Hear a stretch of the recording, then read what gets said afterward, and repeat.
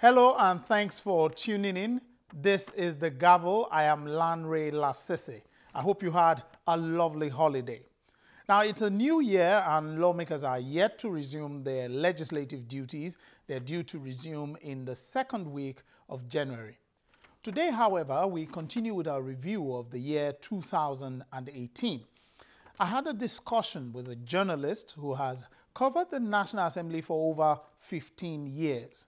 We looked at several issues, starting with his take on the key issues from last year.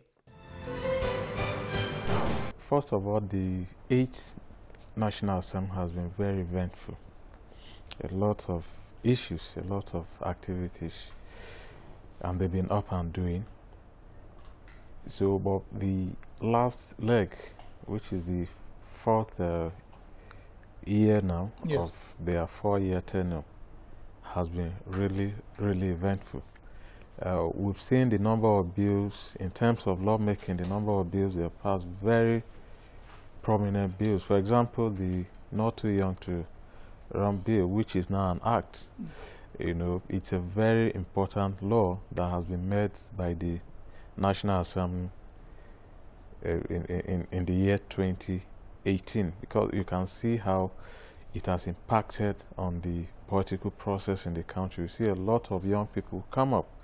Even amongst the presidential candidates today, we have a lot of young people with vibrant ideas who are showcasing themselves. So that has also improved the political process in the country. You also look at the amendments, the controversial amendment of the Electoral Acts.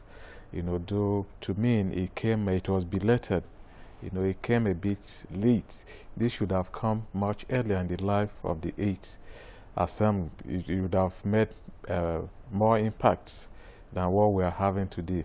But that notwithstanding, it's a very big achievement on the part of the National Assembly to have taken the pains, you know, to go the whole hog, trying to improve the electoral process by amending the Electoral Act. Unfortunately, we are not yet there. You know, since Mr. President has withheld his assent, and the National Assembly also has not been able to go beyond that. You know, so but it's a big achievement on the part of the National Assembly, and there are so many laws the National Assembly has passed with amendments. You know, but some of the areas that I have issues with the 8th National Assembly, especially in the year 2018, is the issue of very important bills like the Petroleum Industry Bill, which has been in the National Assembly since the beginning of the 4th National Assembly. You know, the bill was passed, the PIGB, you know, was passed by the current Assembly. And of course, like other bills too, that bill is in the cooler, you know, and many people expected that the National Assembly would have gone beyond that, because they have the constitutional backing, you know, they have the constitutional powers to override Mr. President's accent if they feel that the laws or the bills they have passed is a very good one. They should have gone beyond that, you know, than what we have seen, because we have heard so many people say some of the problems we are having in the petroleum, in the oil and gas industry is because we don't have such a law in place. Now we have a bill, and this bill has been there for over 16 years, and now this Assembly summoned courage, you know, to pass the bill. Mr. President, part of it. Yeah, part of it, which is the PIGB. Yeah.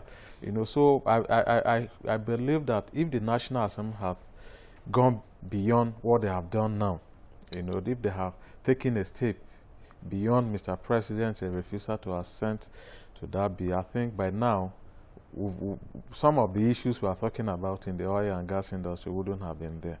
Let me even bring this up, and I'd like to have your view on this. This issue you've raised now is one that has been of concern to some people, that it appears, I don't know whether you'd say it's with this Assembly or it's been something that appears to now have been a tradition. This reluctance or unwillingness to trigger this issue of overriding the president on a bill, no matter how crucial it is. Since I think the NDDC, is it the NDDC Act? It appears that has not been, that law or that part of the Constitution has not been triggered. Yeah, you are very right. I think what has been responsible for this, one, the party that was the ruling party before 2015, you know, after what happened in the first assembly of the fourth national, the first legislature of this fourth national assembly, after they vetoed that bill, you know, we talk of family affair. So it became a family affair amongst the members of the ruling party, the ruling party, the PDP. So whenever Mr. President rejects a bill, they just take it as a family affair. And it seems that has also, the present party, to the APC, it seems that they have also caught the bug. You know, you look at the issue of the Electoral Acts amendment. You discover that members who were rooting, who were advocating, who supported the amendment, suddenly discover that they have to support Mr. President, you know, in kicking against the bill. Why? Because of party affiliation. So that has been the bane of most of the bills that have been rejected by the president, by subsequent presidents, not just